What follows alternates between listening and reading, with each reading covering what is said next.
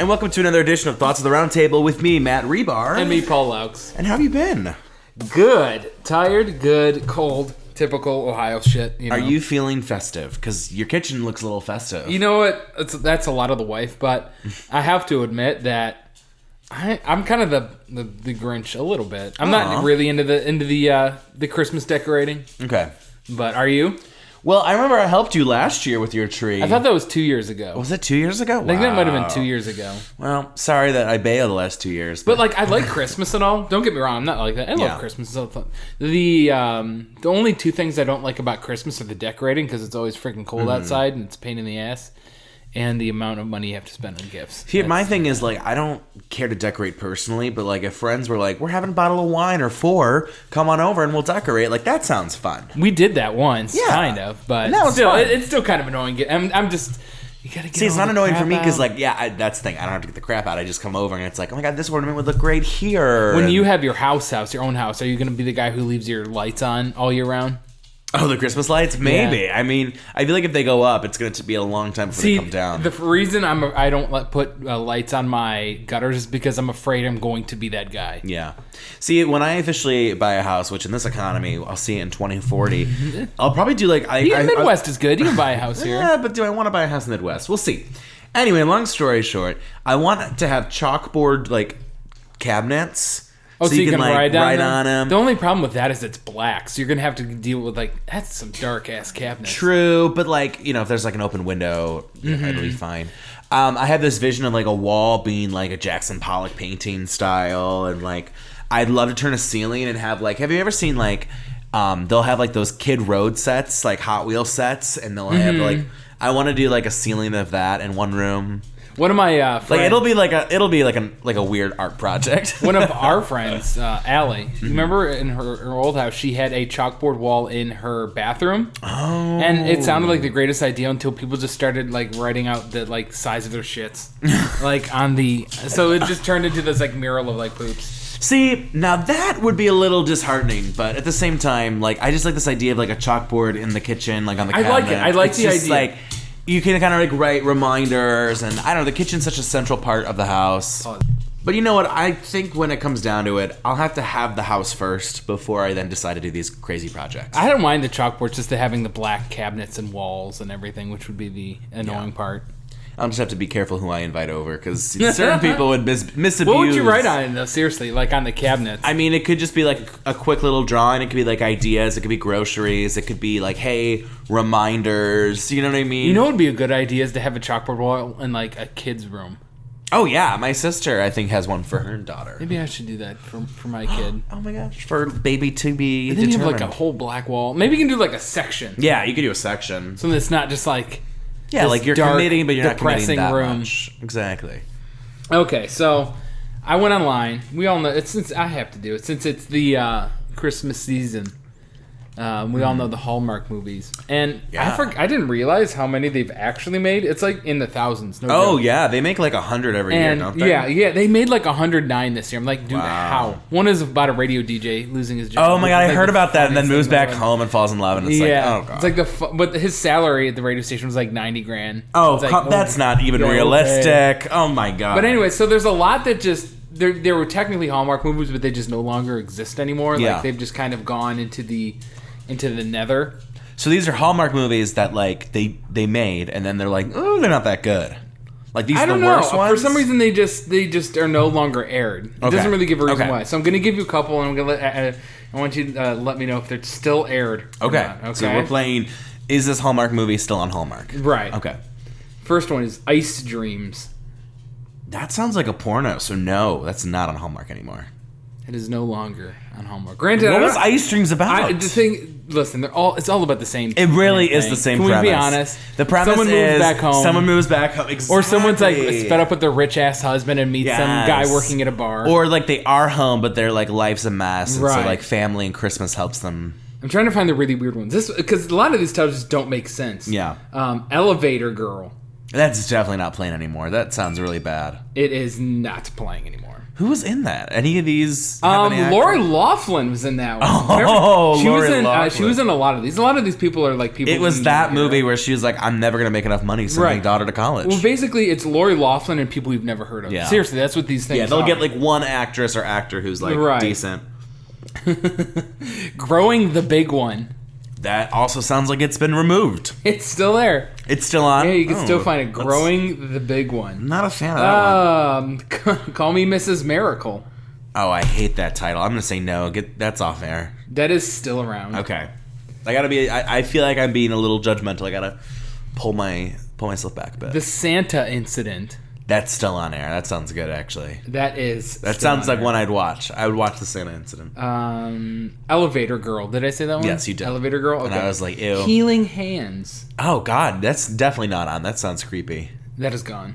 Yeah, that doesn't sound good. This one doesn't make Class. What kind of a title is that? Like Class? It's literally just Class. Like classes and we're going to class. Yeah, just Class. I'm going to say that's not on. That sounds really bad. It is not. What kind of a title is that? Like, just... You can't get anything out of that. I know. At least they could have been like a Christmas class or school's out in Christmas. I don't know. Some of these are sad. Farewell, Mr. Kringle. That's still on, I'm going to say. That one is not still on. That one sounds pretty dark, doesn't it? That one sounds really, Santa got... What about Cyberpunk Christmas movie? Has there ever been a Cyberpunk Christmas movie? That'd be fun. Like the title or just like that genre? It's like an idea. It's like Cyberpunk Dark Society. Like some Ray Bradbury shit. Yeah. Battle of the Bulbs. I'm going to say that's still on. That is still on. Okay. Perfectly Prude. I'm going to say it's not on. That doesn't sound like a good time. Oh, it is not on. Backyard Wedding. How is that Christmas if it's a backyard wedding? Who the hell knows? I'm going to say it's not on. That doesn't sound very Christmassy to me. It is not on. I'm good at this. The Edge of the Garden. Ew. Half of these sound like pornos. They really like softcore full, like pornos. softcore, full production. Yeah. Like you could go see it in like the sketchy theater downtown. Did you answer that one? I'm gonna say no. That one's still on. Oh really? Oliver's Ghost.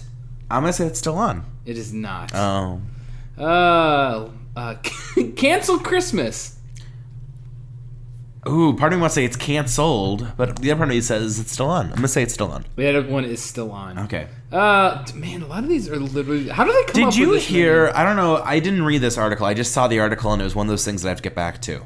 But apparently, the Hanukkah movies that Hallmark does apparently are like really anti-Semitic. To be honest, I don't even know they did Hanukkah movies. Well, to be honest, I didn't really either. I thought it was all. Now that I think about it, I can't even think. I just saw the article. I haven't read it, so I'm not going to speculate. How could a Hanukkah movie be anti-Semitic? Well, I'm wondering if they paint it like Christmas is better than Hanukkah. What if they might really, really ride the stereotypes too. Or maybe hardcore ride the stereotypes. Like here's Booby coming in with the. Because a lot of these things are very over the top, so I could see them being very over the top. But I could also see it being like it's a movie about like a Jewish girl who goes and meets like some Catholic boy and like I don't know if they'd go that far. I don't know. It's Hallmark. I feel read into that. Like it's kind of like when you're really ingrained into something, and like they're really ingrained into Christmas. I could see them being like, screw every other holiday. Who owns Hallmark? Turner? I want to say, is it Disney? Turner. Look that up for a second. I'm on it. Finding a Family. I'm gonna say that's not on. That is still on. Oh dang. The Cabin. That sounds like The Cabin does not sound Christmassy at all. So it's owned by Crown Media Family Network. By the way, that one's not on anymore. I don't even know. Who is that. Let's see. You were a good guess with Disney. Disney owns friggin' everyone. It might be. It says privately owned. They have Hallmark. Wait, isn't that a Canadian company? Aren't a lot of these filmed in Canada? It says U.S. Well, they do a lot, because of the text. They get a lot of text. Yeah. No, it's literally. That's why Lori Loughlin was like living in Canada. It's literally this media base, and they own Hallmark. I wonder if they have to take down all her movies. They're probably not going to air any, right? I mean, that's kind of awkward. Like she's in so many. Oh, well, they just blur her face out. Maybe that's why they made 109. Yeah, well, that's probably we got to really rebuild our stock. Yeah.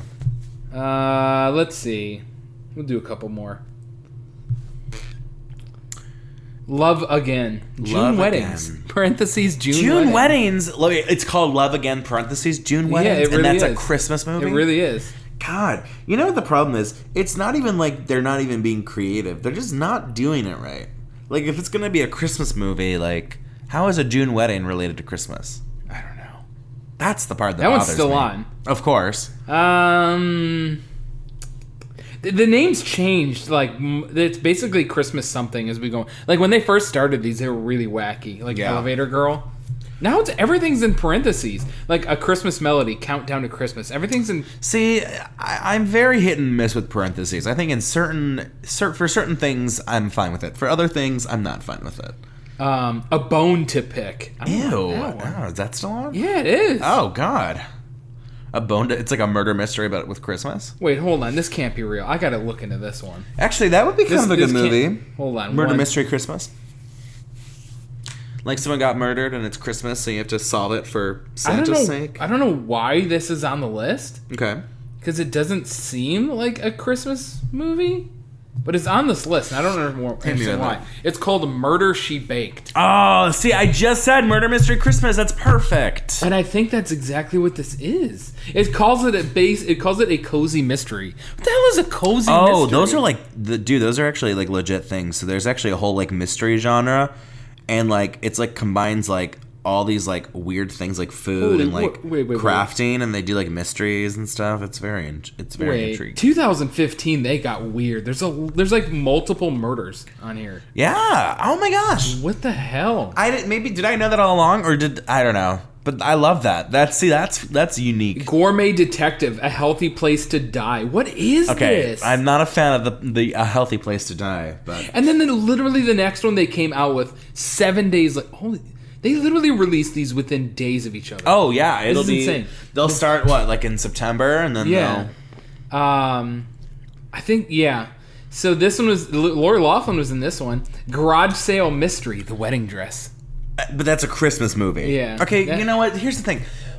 You have to have like one or two unique things, but you can't be like it's a garage sale mystery of a wedding dress and it's Christmas. That's just too much. You watch the whole movie in the title. It's too much. It's just. By the way, that one's still on. For now, because Lori Loughlin. Oh.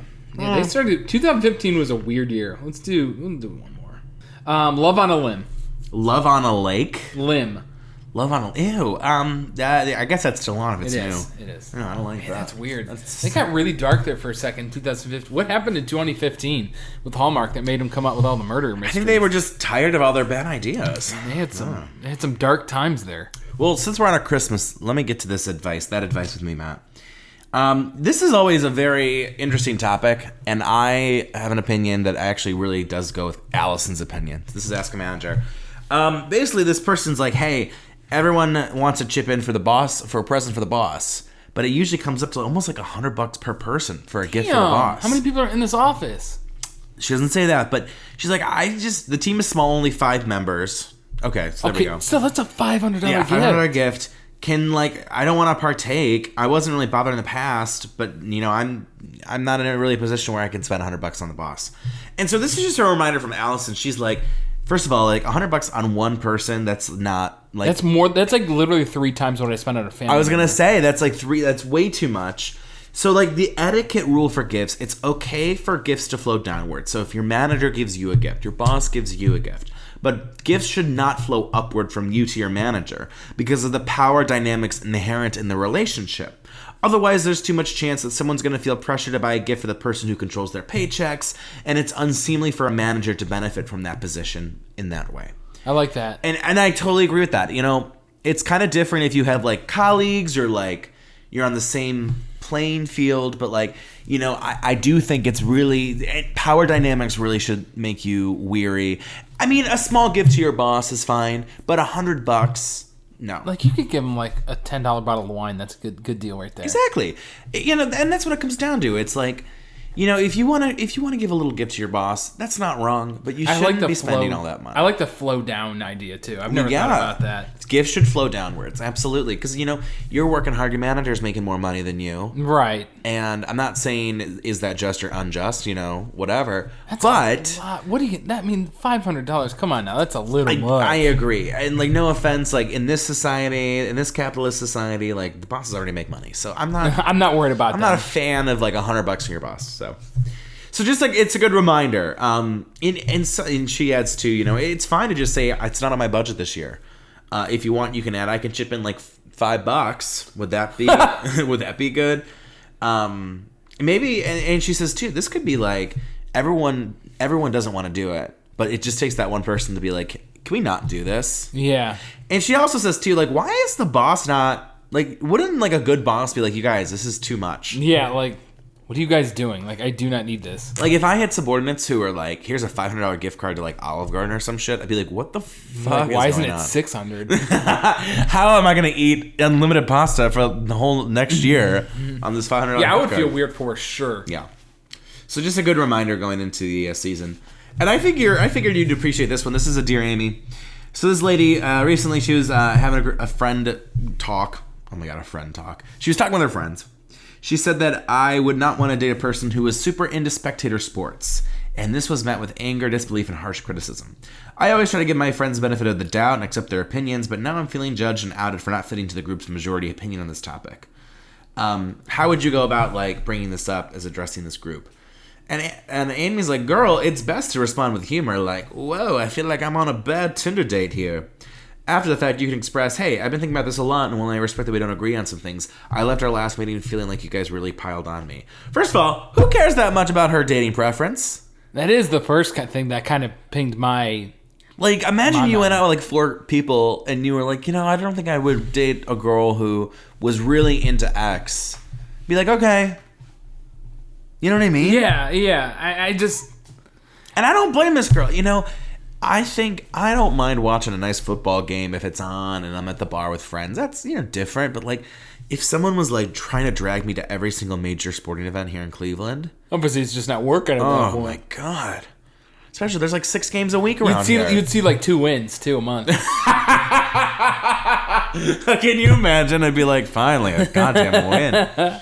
So I totally get... I think she has a valid opinion. Her friends why kind of does it suck, matter though. anyway? Her friends kind of suck. Don't treat your That's friends what I like was that. thinking. The first thing is like, why do they care anyway? I don't know. They're like, how dare you ask me? I want to see the Red Sox and the Yankees and the Blue Jackets. And I can't name more I'm sports surprised teams. you threw the Blue Jackets out there. Wow. That's an interesting one. But I don't know. Is there anything weird that like you think if you told your friends like about your dating preferences? Like, you just are who you are. That's not even a weird one, really. It's not. I don't think it's weird at all. If you were like, if someone was thrown out, something really weird that you like licking toes or something like. I agree. That's a little bit like what? That's it, but something so much like. It'd have to be something like that. I just think at the end of the day, like, dude, who cares if your friend doesn't want to date someone who's into sports? And you do? Right. Good. You're not dating each other. I mean, so what does it matter? It really doesn't matter. Well, I think that's about it for today. That's good. Yeah, it's good times. Till next time. Till next time, peace out. Later.